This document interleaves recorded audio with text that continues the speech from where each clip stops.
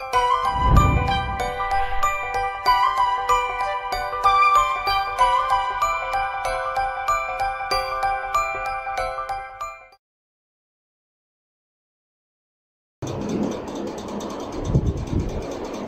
کی نشست ہمارے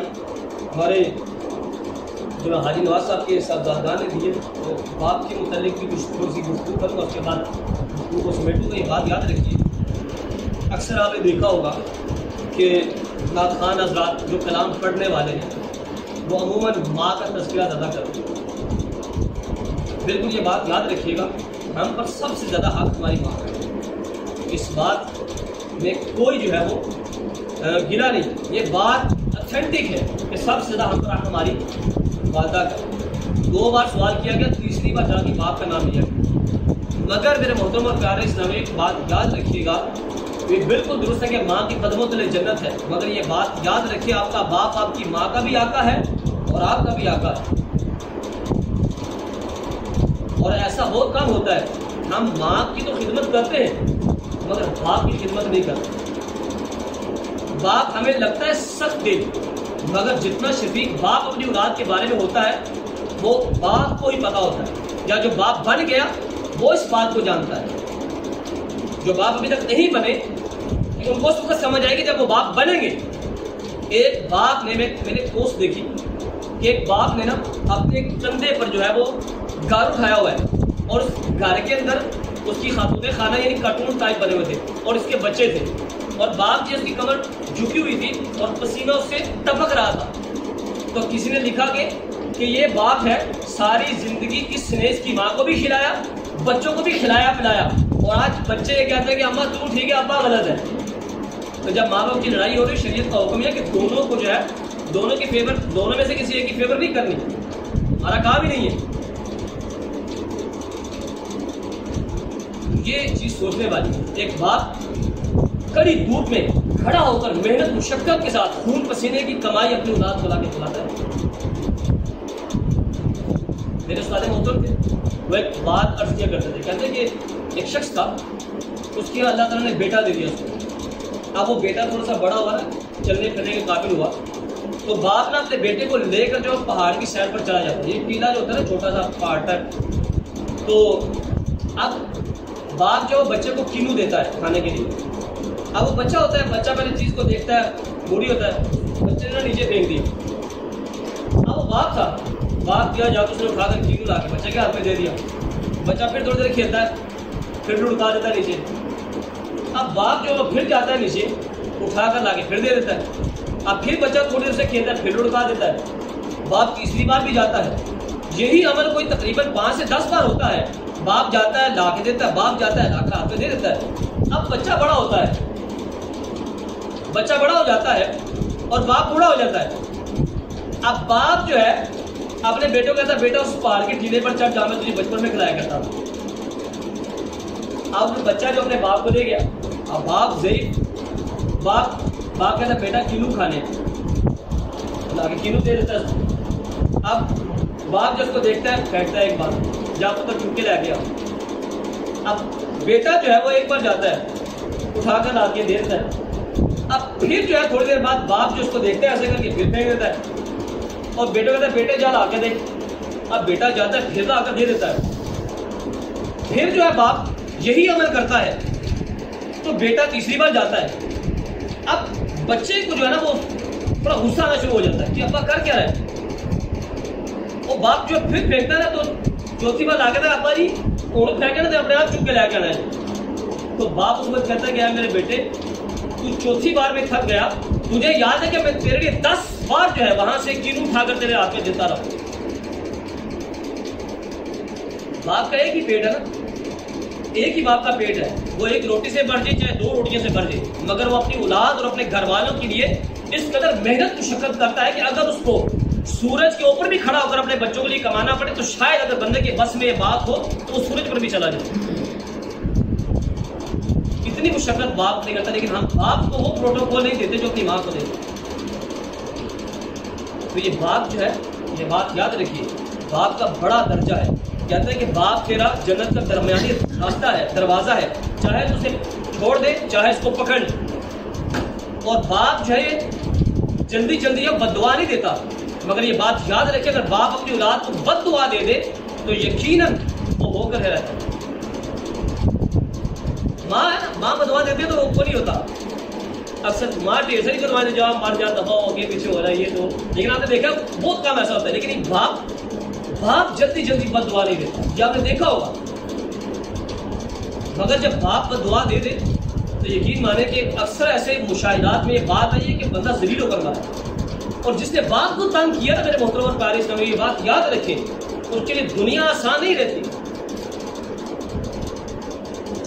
بالکل ایک بات ہے، ایک قوم سے ان کا یہ وتیرہ تھا، وہ کیا کرتے تھے کہ جب باپ بوڑھا ہو جایا کرتا تھا تو اس کو دریا کے اندر جا کے ڈبو دیا کرتے تھے۔ ان کا یہ نسل در نسل یعنی جنریشن ٹو جنریشن یہ کام ہی تھا۔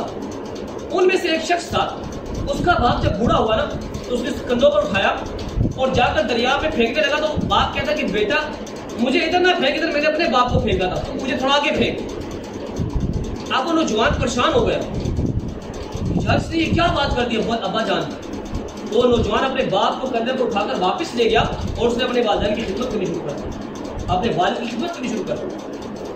یہ بات یاد رکھیے کہ باپ آپ کے مال کا بھی حقدار ہے۔ ہم کہتے ہیں کہ ہم کمایا ہم نے، اگر باپ آپ سے سارے پیسے بھی لے اس کو حق ہے، اس کو یہ رائٹ ہے، کیونکہ وہ آپ کا بھی مالک ہے، آپ کے مال کا بھی مالک ہے۔ لیکن آپ نے دیکھا ہوگا اکثر باپ مانگتے بھی نہیں، ہم باپ سے مانگ لیتے۔ مجھے بات یاد آتی ہے جب میں یورپ میں نیا آیا تھا تو اس وقت میرے پاس پیسے ختم ہو گئے، میرے پاس سب مزدور بندے تھے، لیکن ان کا جذبہ دیکھیے، میں نے فون کیا تو میں نے بھی تذکرہ کیا کہ میرے پاس پیسے ختم ہو گئے۔ اب میں کسی رہائش پہ رہا تو اس وقت میرے پاس کام بھی نہیں تھا، تو میرے ابو جانے سے میں فون کر کے اب پتر پیسے کی ضرورت آئی، 2 لاکھ 3 لاکھ چاہیے تھا۔ اب مجھے پتا تھا کہ میرے ابو مزدور بندے 2-3 لاکھ بات کر دینا بڑی آسان ہے، اور وہ کر بھی دیتے اگر میں کہتا، تو باپ اس طرح شفیق ہوتا ہے۔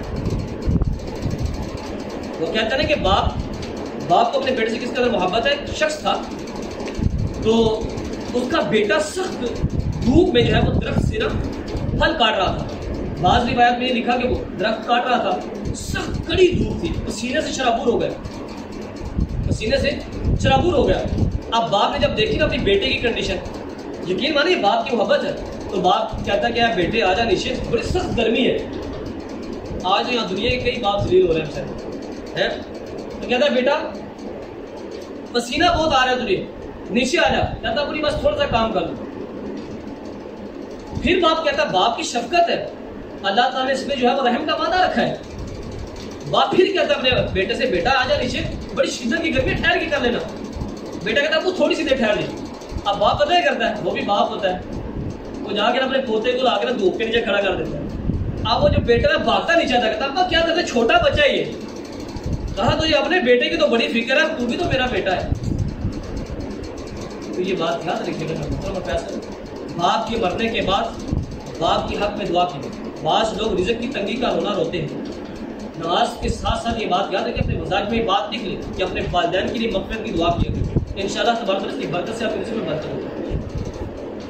ایک معمول بنا لیں، اللہ میری والدین کی مغفرت فرما۔ اب اس کے لیے یہ زندہ ہونا یا مرا ہونا شرط نہیں ہے، ہم ربنا اغفر لی ولی والدی پڑھتے ہیں نا، تو زندہ اور مردہ دونوں کے لیے اللہ میرے والدین کی مغفرت فرما، تو انشاءاللہ تبارک تعالیٰ اس کی برکت سے آپ کے رزق میں اضافہ ہوگا۔ اور والد کے مر جانے کے بعد والد کے جو بھائی ہیں ان کا جو ہے وہ ادب و احترام ہے، حتیٰ کہ والد کا جو دوست ہے اس کے ساتھ بھی حسن سلوک کرنے کا ہماری شریعت حکم دیتی ہے۔ اللہ تبارک تعالیٰ نے حقیقی معنوں میں دین کی سمجھ بوجھ عطا فرمائے، آمین۔ بات ہے بد نگاہی کی طرف جانے تو بری بات ہے، اور اگر یہی قدم ہم اللہ کے گھر کی طرف جائیں تو ہمارا ہر قدم جو ہے چلنا جو ہے اس پر ہمارے لیے نیکی ہے۔ یعنی جو بندہ گھر سے نماز کے لیے نکلا اس کے ہر قدم پر اس کے لیے ایک نیکی ہے۔ کاش کہ ہمارے قدم جو ہے وہ اللہ کی رضا میں اٹھنے شروع ہو جائے۔ میرے محترم اور پیارے سبھی، ہمارا تیسرا گواہ بروز قیامت دن اور رات ہے۔ یہ دن اور رات جو ہے ہمارے تیسرے گواہ ہیں۔ یہ بات یاد رکھیے کہ دن اور رات جس طرح زمین گواہی دے گی، اس طرح زمین کے بعد جو ہے وہ رات اور دن بھی جو ہے وہ یہ گواہی دیں گے اللہ کی بارگاہ میں ہمارے لیے، یہ سب بتائیں گے۔ چنانچہ جسے پاک کہتے ہیں کہ رسولوں کے سالات مکی مدنی سرکار صلی اللہ علیہ وآلہ وسلم نے ارشاد فرمایا کہ ہر دن جب آتا ہے تو دل یہ اعلان کرتا ہے اے ابن آدم میں تیرے ہاں نئی مخلوق ہوں، آج تو مجھ میں جو عمل کرے گا میں کل قیامت کے دن اس کی گواہی دوں گا، تو مجھ پر نیکی کرتا میں تیری نیکی کی گواہی دوں، تو مجھ پر چلے جانے کے بعد تو کبھی مجھے دوبارہ نہ دیکھ سکے گا۔ رسول ذیشان سرور کونین صلی اللہ علیہ وسلم نے ارشاد فرمایا جب رات آتی ہے تو رات بھی اسی طرح ندا ہے۔ اور چوتھے ہمارے گواہ کون سے؟ محترم اور پیارے اسلامی، اللہ تبارک و تعالیٰ اپنی لالل کتاب قرآن مجید فرقان حمید میں ارشاد فرماتا ہے پارہ 30 سورہ انفطار کی آیت نمبر 10 اور 12 میں وَإِنَّ عَلَيْكُمْ لَحَافِظِينَ كِرَامًا كَاتِبِينَ، ترجمہ کنز العرفان، اور بے شک تم پر ضرور نگہبان مقرر ہیں، معزز لکھنے والے، وہ جانتے ہیں جو کچھ تم کرتے ہو۔ پیارے آقا صلی اللہ علیہ وسلم نے ارشاد فرمایا کہ انسان مقصد زندگی سے غافل ہے۔ جب اللہ پاک کسی انسان کی پیدائش کا ارادہ فرماتا ہے تو فرشتے کو حکم دیتا ہے کہ اس کا رزق اور اس کی موت کا وقت لکھ۔ فرشتہ لکھتا ہے اور چلا جاتا ہے، پھر ایک فرشتہ مقرر کیا جاتا ہے جو اس کی پیدائش تک اس کی حفاظت کرتا ہے۔ پھر جب انسان پیدا ہوتا ہے تو 2 فرشتے جو ہیں اس کے ساتھ مقرر کر دیے جاتے ہیں جو موت تک اس بندے کی نیکی اور گناہ لکھتے ہیں۔ پھر جب قیامت قائم ہوگی تو یہ فرشتے بندے کے پاس پہنچیں گے، ان کا نامہ اعمال اس کے گلے میں ڈالیں گے، ایک فرشتہ اسے ہانکتے ہوئے میدان محشر میں لے جائے گا اور دوسرا فرشتہ اس پر گواہی دے گا۔ پیارے سبھی بات کر روز قیامت 5واں گواہ ہمارے خلاف ہمارے نامہ اعمال ہوگا، جنہیں کرامن کاتبین مسلسل لکھ رہے ہیں۔ ان اعمال ناموں میں ہمارا ہر چھوٹا بڑا عمل درج ہوگا۔ صحابی رسول انس بن مالک رضی اللہ تعالیٰ عنہ روایت کرتے ہیں کہ نبیوں کے سردار صلی اللہ تعالیٰ علیہ وآلہ وسلم نے ارشاد فرمایا تمام اعمال نامے عرش کے نیچے ہیں، جب قیامت کا دن ہوگا اللہ پاک ایک ہوا بھیجے گا جو اعمال ناموں کو اڑا کر کسی کے دائیں کسی کے بائیں ہاتھ میں پہنچائے گی۔ نامہ اعمال پڑھ کر تحریر کرنا ہوگا، نامہ اعمال جو لکھا ہوگا اس کو پڑھنا ہوگا۔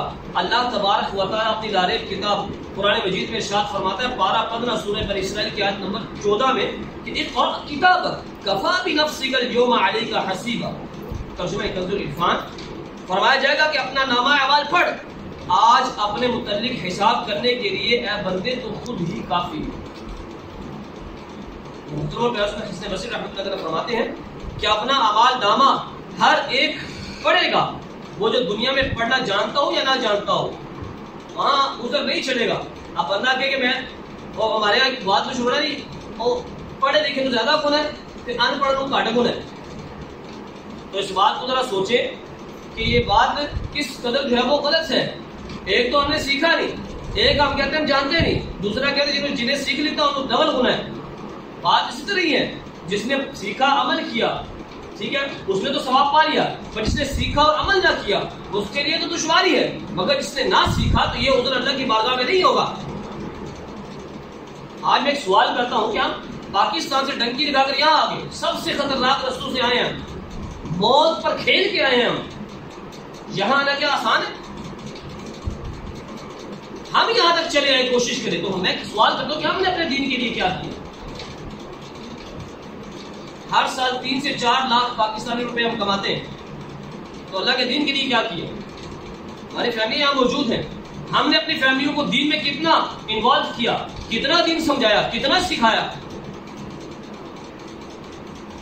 تو انسان کی بھوک جو ہے وہ پیسوں کی مال کی وہ نہیں مٹ سکتی۔ ابن آدم کا پیٹ جو ہے وہ مٹی کی قبر کی مٹی سے بھرے گا، اس کی حوث جو ہے وہ ختم نہیں ہوگی۔ اور ابن آدم کے متعلق حدیث ہے کہ اس کے پاس اگر 2 سونے کے پہاڑ ہیں تیسرے کی بھی خواہش کرے گا۔ انسان کی فطرت ہی ایسی ہے، مگر نیکیوں میں ہماری رغبت نہیں۔ محترم پیارے سے یہ بات یاد رکھیے، علامہ ابن جوزی فرماتا ہے کہ روز قیامت جب بندے کو اپنا نامہ اعمال دیا جائے گا وہ دیکھے گا اس میں سب سے چھوٹا گناہ بھی درج ہے تو بندہ اپنے سر کو جھکا لے گا, شرم سے پانی پانی ہو جائے گا. اللہ پاک فرمائے گا اے میرے بندے سر اٹھا, کیا تو جانتا ہے کہ تو نے گناہ کیا؟ بندہ عرض کرے گا اے میرے مولا تیرے عزت اور جلال کی قسم میں اس بات کو جانتا ہوں. اللہ پاک فرمائے گا بندے تجھے یاد ہے کہ فلاں دن فلاں وقت فلاں جگہ تو نے یہ گناہ کیا تھا؟ بندہ اقبال جرم کرے گا. اللہ پاک فرمائے گا تو نے لوگوں سے چھپ کر گناہ تو کر لیا, مگر تو کیا جانتا تھا کہ میں نہیں دیکھ رہا؟ کیا تجھے مجھ سے بھی حیا نہ آئی؟ کیا تو جانتا نہ تھا کہ پلٹ کر تو میرے پاس ہی آئے گا؟ اس وقت بندے کے پاس کوئی جواب نہیں. اس وقت بندہ شرم سے پانی پانی ہوگا, اسے خود سے گھن آئے گی اور گھبرا کر عرض کرے گا اے مولا عز و جل مجھے جہنم میں ڈال دے. اس ڈانٹ اور شرم کی نسبت جہنم میں جانا میرے لیے آسان ہے. اب یہ کیسی رسوائی ہے کہ میں اگر یہاں پر کھڑا ہوگی کہوں آپ کے سامنے, میں ایک مثال دے رہا ہوں کہ میں نے یہ گناہ کیا, میں نے یہ گناہ کیا, میں نے یہ گناہ کیا, اب ایسے گناہ بھی ہیں آپ کہیں گے یار یہ وہ بندہ ہے جس کو تو ہم ایمان صاحب سمجھتے تھے, جو ہمیں واضح نصیحت کیا کرتے تھے, ایسا گناہ. اب کتنا بڑا شرم سے ڈوبنے کا مقام ہے. اس وقت ساری مخلوق کے سامنے ہم نے اپنا نامہ اعمال پڑھنا ہو, تو اس وقت جو بندہ نہیں پڑھا ہو نا دنیا میں, وہ بھی پڑھنا لکھنا جانے گا, وہ بھی پڑھے گا اپنا نامہ اعمال میں. محترم اور پیسوں چھٹا گواہ جو ہمارے خلاف گواہی دے گا ہمارے اعضاء پارٹس آف باڈی. اللہ پاک یہ میں آپ کو وہ آیات پڑھ سنا رہا ہوں جو بالکل درست اور صحیح اتھینٹک روایات کے ساتھ اور ترجموں کے ساتھ ہماری اصلاح کے لیے کافی ہے, مگر ہم دین میں قرآن میں ہوتا سا نہیں ہوتی. اللہ پاک اپنی کتاب میں ارشاد فرماتا ہے 12-18 سورہ نور کی آیت نمبر 24 میں یوم تشہد علیہم السنتہم وایدیہم وارجلہم بما کانوا یعملون.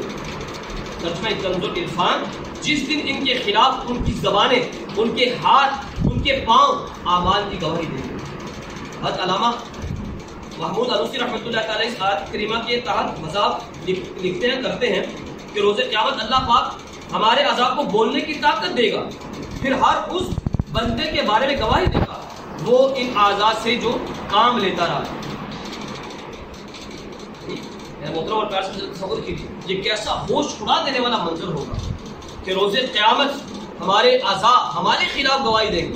پاؤں بتائیں گے مولا فلاں دن فلاں وقت فلاں مقام پر یہ کیا تھا, گناہ کے لیے گیا تھا. ہاتھ کہیں گے مولا جس نے ہمیں حرام کمانے, حرام کھانے, حرام کے معاملات میں استعمال کیا.